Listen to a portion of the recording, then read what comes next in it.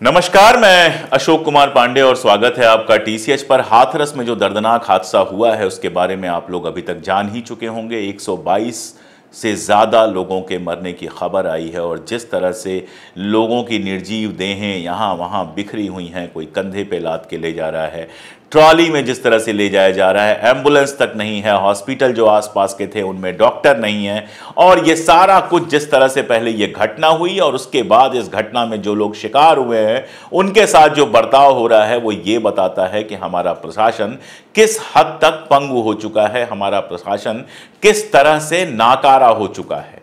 भीड़ को लेकर ही देख लीजिए, हर आदमी का अपना अलग अलग बयान है। इस कार्यक्रम को कराया था मानव मंगल मिलन सद्भावना समागम।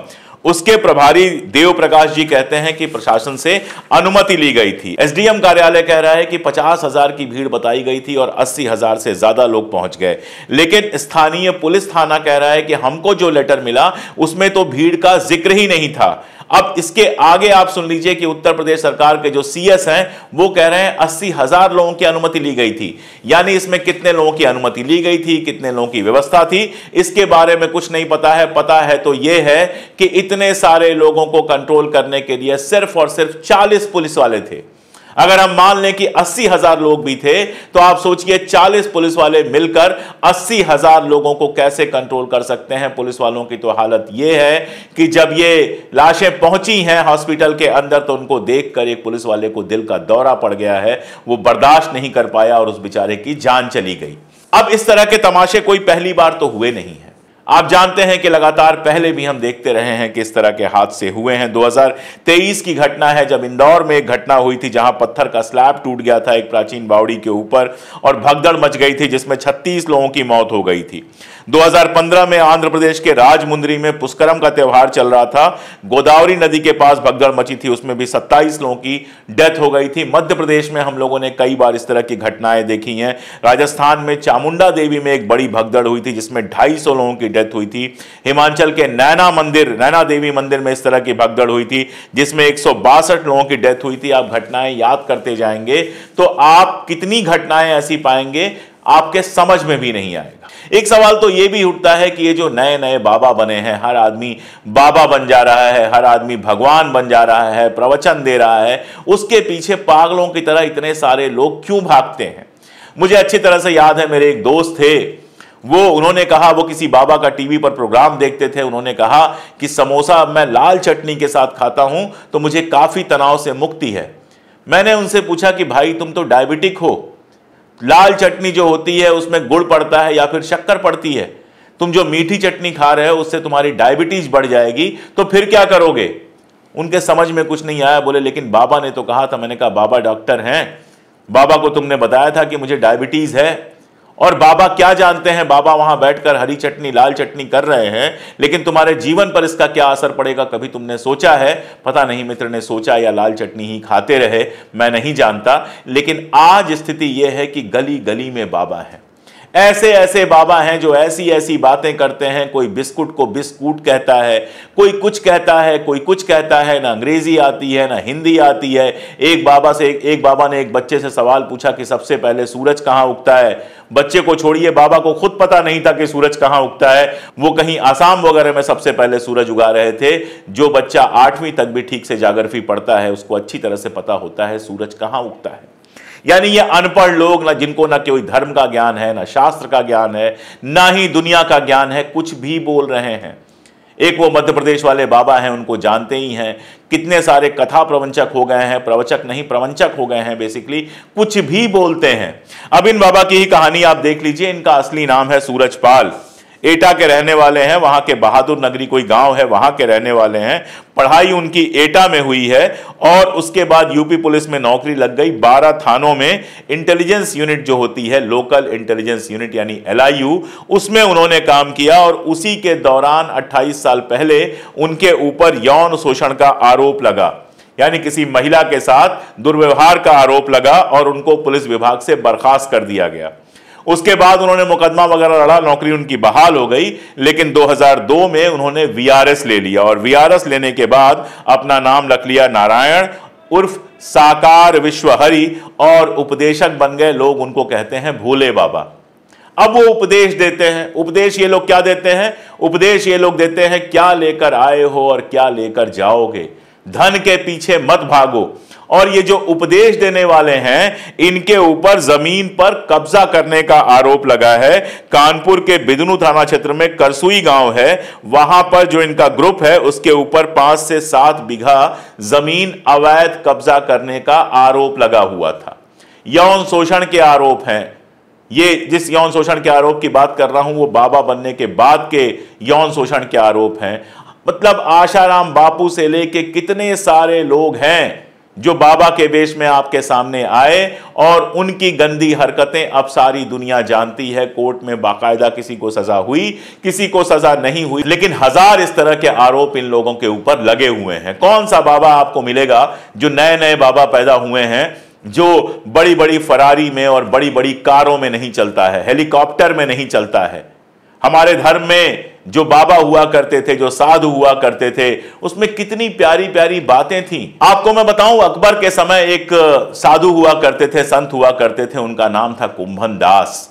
अकबर ने उनको अपने दरबार में बुलाया, वो गए लेकिन रुके नहीं, लौट आए। जब लोगों ने पूछा कि आखिर आप क्यों लौट आए, क्यों नहीं अकबर के दरबार में रहे, तो उन्होंने कहा, संतन को कहां सीकरी सो काम।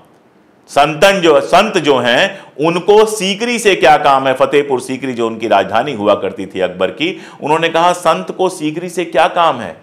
आवत जात पनैया टूटी, भूल गयो हरि नाम।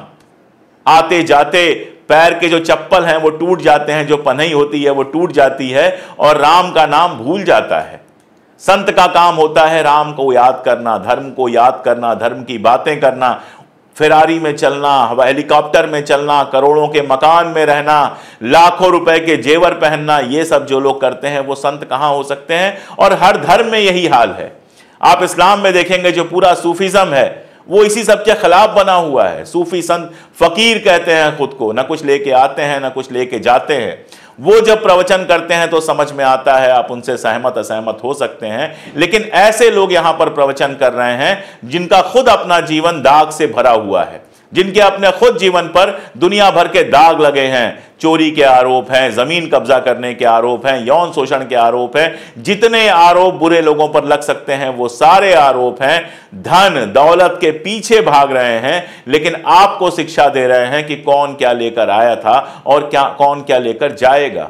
आज देश की हालत हो गई है, कोई ढंग की बात करे तो सुनने के लिए 50 लोग नहीं मिलते हैं। किसी प्रोफेसर को बुला लीजिए, किसी विद्वान को बुला लीजिए अपने शहर में और कार्यक्रम कीजिए तो 100 लोग आपको नहीं मिलेंगे सुनने के लिए। लेकिन इस तरह के फर्जी बाबाओं के पीछे लाखों की भीड़ भाग रही है। कभी सोचा है कि आखिर ये भीड़ क्यों भागती है? इस भीड़ के भागने का कारण यह है, सबसे बड़ा कारण यह है कि लोग अपने जीवन से संतुष्ट नहीं हैं। जिस तरह की नीतियां हैं उसमें लोग ये नहीं जानते हैं कल क्या होगा। लोग नहीं जानते हैं कि उनका भविष्य क्या होगा। बेरोजगार परेशान है कि उसको रोजगार नहीं मिल रहा, वो बाबाओं के शरण में जाता है ये जानने के लिए कि उसको रोजगार कब मिलेगा। जो व्यापारी है उसका व्यापार इतना गड़बड़ चलता रहता है, उतार चढ़ाव होता है कि वो उनके पीछे भागता है। लोगों को लगता है कि शायद यहां से हमारे दुख का निवारण हो जाए और उसके बाद देखा देखी का मामला तो है ही। एक आदमी कुएं में कूदता है, दूसरा कूदता है, तीसरा कूदता है, तो फिर उसके देखा देखी और लोग कूदते चले जाते हैं।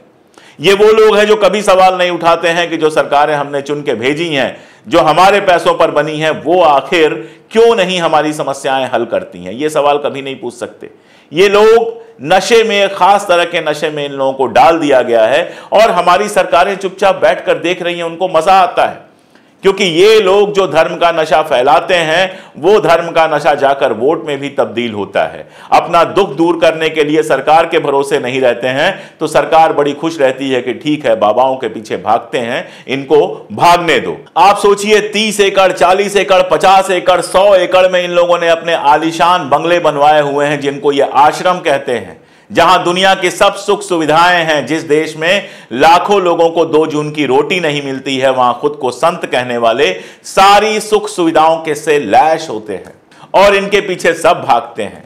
अमीर भागते हैं, गरीब भागते हैं, पागलों की तरह भागते हैं। और जब यह हादसा हो गया है तब ये बाबा फरार हैं। एक सवाल तो यही पूछना चाहिए कि आखिर ये बाबा जो सारी दुनिया को जानने का दावा करते हैं, भूत भविष्य जानने का दावा करते हैं, वो ये क्यों नहीं बता पाए कि इस तरह का हादसा उनके ही कार्यक्रम में होने वाला है। और जिस तरह से यह हादसा हुआ है वो बेहद शर्मनाक भी है मेरे जैसे आदमी के लिए। उनका रथ, उनकी सवारी गुजरी, जाहिर तौर पे कोई बड़ी गाड़ी होगी, और उसके जमीन पर जो मिट्टी उससे निकली थी, उस मिट्टी को लेने के लिए, उसको चरण रज मानकर उस मिट्टी को लेने के लिए लोग पागलों की तरह पीछे भागे। और उसी में जो भगदड़ मची उसमें पता चल रहा है कि 122 से ज्यादा लोगों की जान जा चुकी है। पता नहीं कितने लोग घायल होंगे, पता नहीं कितने लोग परमानेंटली डिसेबल हो जाएंगे। अभी मैं एक फिल्म देख रहा था नेटफ्लिक्स पर, महाराज। काफी पुरानी फिल्म है, मतलब काफी पुराने समय की वो घटना है।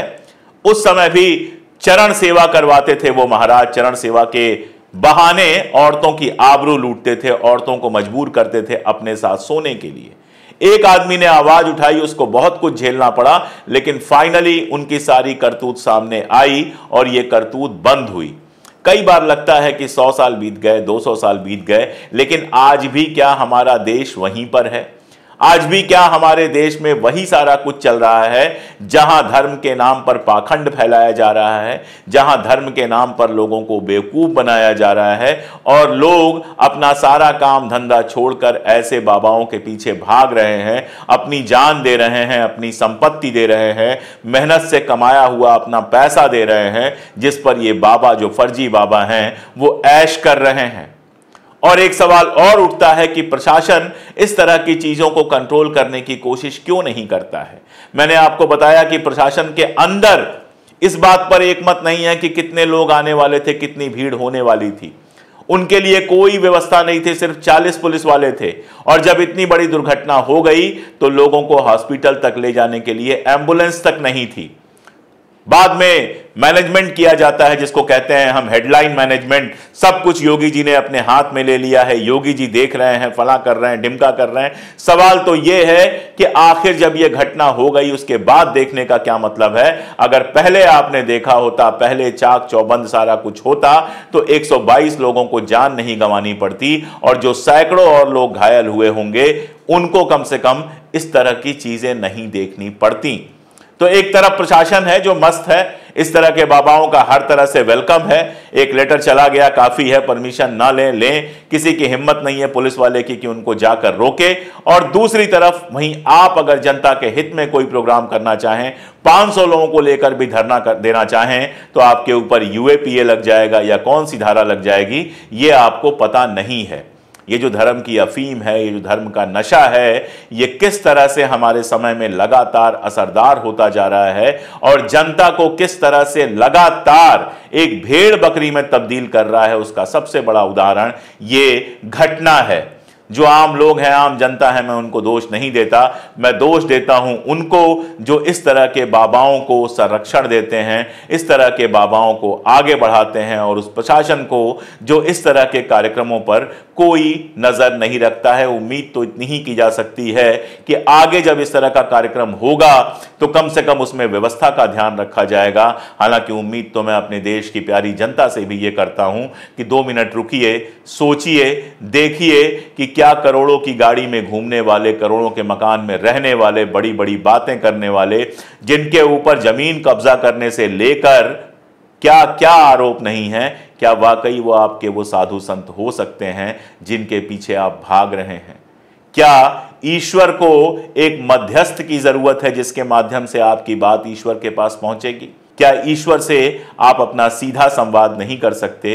क्या अपने घर के कोने में ईश्वर की मूर्ति लगाकर आप चुपचाप पूजा नहीं कर सकते? क्या मंदिरों में जाकर ईश्वर से आप सीधे पूजा नहीं कर सकते? अगर ईश्वर पिता है तो आप उसकी संतान हैं। संतान को अपनी पिता से बात करने के लिए किसी मध्यस्थ की, किसी मीडिएटर की, किसी दलाल की क्या ज़रूरत है? अगर आपको ये सवाल सोचने लायक लगे तो सोचिएगा, और अगर ये बात लगे काम की है तो अपने दोस्तों, रिश्तेदारों तक पहुंचाने की कोशिश कीजिएगा।